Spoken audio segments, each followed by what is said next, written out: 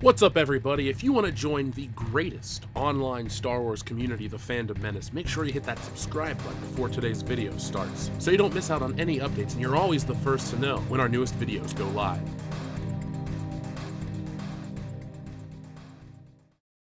The following is a world-class Bullshitters exclusive. Today's video is very important to me, very personal. I've been away from the WCBS headquarters for a week, and the world of pop culture has been turned upside down. No, I'm not here to talk about Black Ariel from The Little Mermaid, though that's dumb, and I've never actually seen The Little Mermaid all the way through. I'm here to talk about Spider-Man. Spider-Man is, has been, and will always be my favorite superhero. There's something in the character that I identify with. It could be the isolation of the social outcast, it could be the human interaction, or it could be the supervillains and the high adventure combined with witty dialogue and beautiful art. No matter the reason, I love Spider-Man. I've been a fan since, well, as far as I can remember. Simply put, there hasn't been a time in my life where I wasn't a Spider-Man fan. As most will understand, certain fictional characters mean different things to different people. For me, Spider-Man is a reminder that there's a hero in all of us. Sorry, Aunt May. And though life gets hard, there are rewards on the other side of struggle. For others, Spider-Man is a reminder of childhood, and when I heard the story of the boy who cried for Spider-Man, I was reminded that reality can be a cruel bitch. You may have not heard this story, but a dad cannot have a Spider-Man headstone on his son's grave without Marvel's permission. The heartbroken dad of a 4-year-old boy who was mad about Spider-Man can't have a special headstone he hoped for unless Marvel gives it the green light. Council officials told Lloyd Jones, 36, he needs permission from the Hollywood comic book giant to feature his son's favorite character at his grave. Little Ollie Jones died last year from a rare progressive genetic disorder, leukodystrophy, that affects the brain, spinal cord, and nerves. Lloyd was holding his beloved son when he took his final breaths, and he says he wants to be able to remember him with his favorite superhero. The family had hoped to decorate his headstone using the character, but Maidstone Borough Council officials said Marvel would need to give permission first due to copyright issues. At the moment, I go to his grave and see flowers, Lloyd said. It would be nice to have something to really remind me of him. Ollie's coffin featured Spider-Man, and his funeral procession in Maidstone, Kent was led by someone in full costume. Spider-Man was his life. He loved it so much, said Uncle Jason, 37. Marvel has not responded to requests for comment. So the story definitely pulls at the heartstrings. You'd have to be a heartless bastard to not want to help this child. You can't politicize it. You just can't. People out there are trying to draw attention to the cause, which I hope Disney responds to. But while we wait, and I know we'll have to, I want to draw a parallel to a Spider-Man story that this whole situation reminds me of. The Kid Who Collects Spider-Man. I'll give you the summary from Wikipedia, but while you listen, let's play a game. Can you find the similarities between Ollie's story and the comic? Young Timothy, Tim Harrison, lies in his bed. Newspaper captions, from a report by Daily Bugle journalist Jacob Conover, says Tim is the greatest Spider-Man fan in the world and has collected every article available on him, including the whole album of Daily Bugle retractions. Tim has also collected mementos such as kinescopes of Spider-Man's early television appearances and bullets from crimes foiled by Spider-Man. Suddenly, Spider-Man comes into Tim's room. In the following hours, the two trade anecdotes about Spider-Man's long career. The hero is surprised and touched by how much the boy adores him. When Spider-Man is about to leave, Tim asks him who he really is. After some hesitation, Spider-Man takes off his mask, identifies himself as Peter Parker, and retells the fateful night of his negligence that let Uncle Ben die, causing him to fight crime. The story does not change Tim's admiration of his hero. A tearful Peter Parker embraces Tim, who refers to him as Pete, and departs. An exterior view reveals Tim is staying at a cancer clinic. The last newspaper caption states that the boy's only wish is to meet his hero in person. Conover ends his report by stating his hopes that Spider-Man will take the time to visit the brave young man named Tim Harrison, and I hope he does it soon. You see, Tim Harrison has leukemia, and the doctors only give him a few more weeks to live. The Kid Who Collects Spider-Man is one of the most, if not the most beloved Spider-Man story. It's emotional, it's powerful, it's the kind of story that only works for Spider-Man. There's something about Spidey that appeals to children. He just seems so real. Stan Lee used to say that the kids identified with Spider-Man because anyone could be him. He could be black, he could be Asian, he could be you. And I think Stan Lee was onto something. In regards to Ollie's story, Ollie was clearly a Spider-Man fan, just like Tim. Unlike the story, Ollie won't get his visit with Spider-Man. It sounds a little melodramatic, but something like this would mean so much to the family, and it would require very little on the part of Marvel or their parent company, Disney. Disney is the opposite of Spider-Man. Spider-Man is a selfless hero, and Disney is, well, for a lack of a better word, an evil shit. Spider-Man has the media attacking his every move, no matter how heroic. He just can't catch a break. Disney, on the other hand, can get away with anything, and the media will blindly make excuses. No media outlets cover the systematic takeover of the entire entertainment industry, just fluff pieces like, yay, X-Men and FF to Marvel, or Disney plus Star Wars is the bestest. No.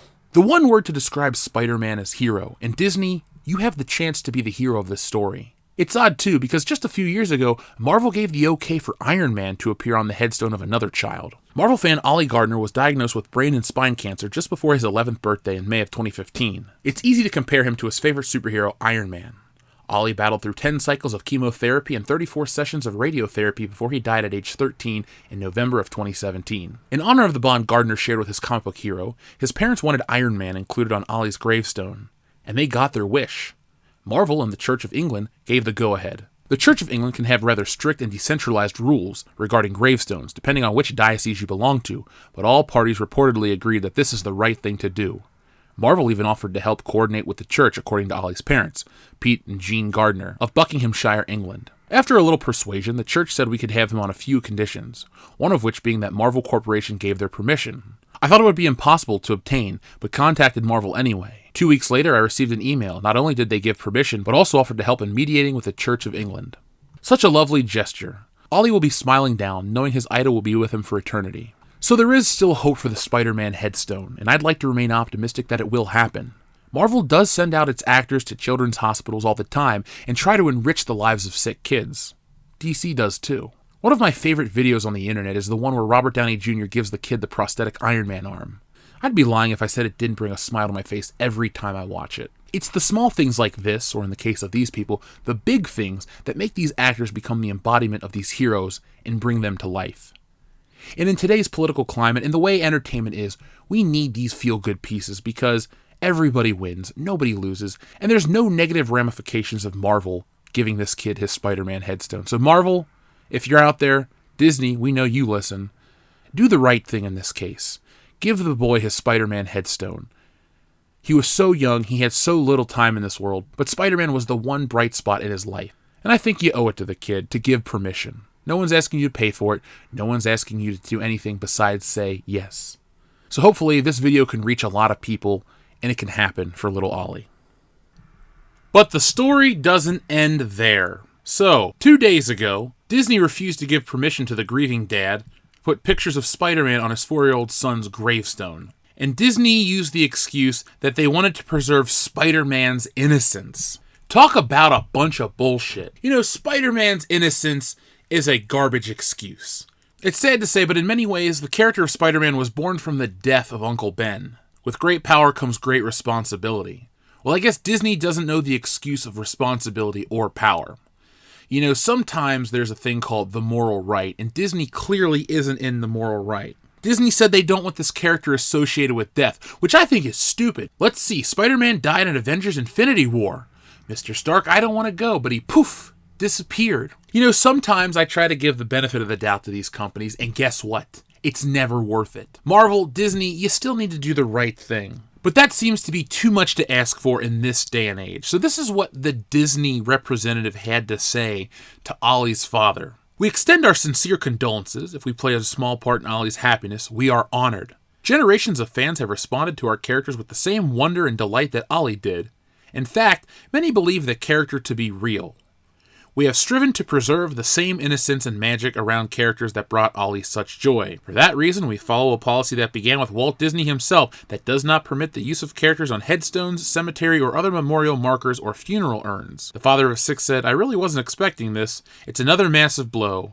I felt sure they would allow it. He added, I think this is all about money. Ollie's last holiday was at Disneyland. He loved Spider-Man, and I bought him all the toys. But now he has died and won't be spending any more money.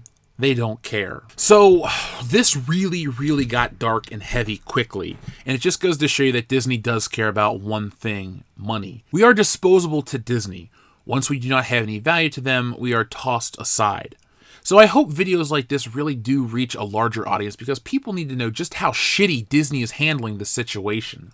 It's hypocritical to allow Iron Man, but not Spider-Man. And this Iron Man situation is just from a few years ago. This isn't anything new. Disney has owned Marvel since the Iron Man request, and now they want to deny the Spider-Man request. Is it a Sony thing? Just come out and say it. Be honest with the audience, because clearly you're not honest about many other things.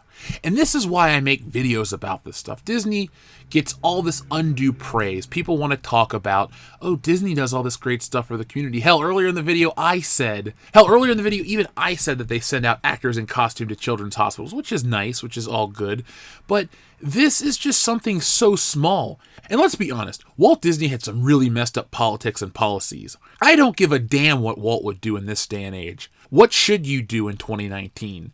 You want to talk about what's right and what's just and moral? I think it's nice to just give this kid the proper send-off. I don't know about you, but I'm really pissed off about all of this stuff. I mean, when do you hear truly good things come from the Disney camp? That is why I take such pleasure in hearing when they have failures, when they have missteps, when they have mistakes. Also because this company is getting bigger and bigger by the day. As we've said this year, they've purchased Fox, they've purchased all of Hulu. We don't know what's next, and they're going to use that power, they're going to exert that force on things like this. So if this seems small to you, fine, great, but make sure you pay attention to the other crap and you think, well, it's really not that important. There are other entertainment outlets out there. Not for long. There's going to come a time where you have no other alternative but the Disney alternative. You're like, well, Jeff, what about monopolies? What about the government intervening? Well, what about them? Where are they now? They're nowhere to be found. So this is the future of entertainment with Disney in control. I don't call for boycotts. I don't tell you how to spend your money. All I do is try to draw attention to the garbage that goes on around this corporation. They haven't done anything truly good in a long time. Oh, they bring joy to millions of kids. Who gives a damn? I think it would have been better if they didn't respond to this kid's father and they just let it go. Sorry for the Disney pun. I still haven't seen Frozen. That's it. That's really it for today. This was added on to the video afterwards. Like I said, I've been out of town. I had been on vacation, enjoying myself. Wanted to cover this topic before I moved into other stuff that's a little deeper and has more meat to it. And then I find out about this update and it just pisses me off. I'm sorry if I'm rambling, if I'm ranting. This just doesn't make me happy. You can't take any pleasure, you can't find any justification in how Disney chose to act. Don't give me, oh, well, Walt Disney, this and that. Go look at some of the history of Disney. Look at some of the policies of Disney. Look at the things that Disney has put out. Songs of the South, anyone? So don't give me this shit about Disney's always right and doing the right thing and has the best interest of their fans at heart. That dad is defeated twice. So, folks, I'm sorry for this odd interlude to the video.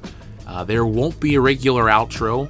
I will just say, if you enjoyed this content, make sure you hit us with a thumbs up, because YouTube has been changing their policy and we're not getting out to the audience that we normally would. We have an audience of 126,000 plus. And for some reason, YouTube has made changes and we need your help. So hit your bell notifications and retweet our @YouTube tweet to help us get back into the audience. We've had people say, what happened to you guys? Did you stop making videos? Did you get lazy? No, been putting out more content than usual. Probably a video every couple days on top of live streams and shows and stuff like that. But for some reason, people aren't seeing it. So this is where we need you guys to step in and help us, and we greatly appreciate it. So that's it for today. Check out our Patreon page, all that other stuff. I'm really just angry and hurt is how I want to describe my feelings. I really don't have too much to say in terms of a coherent outro. Like I said, I'm sorry, folks. I'll be back later with more. And as always, do the opposite of what Disney does and be excellent to each other.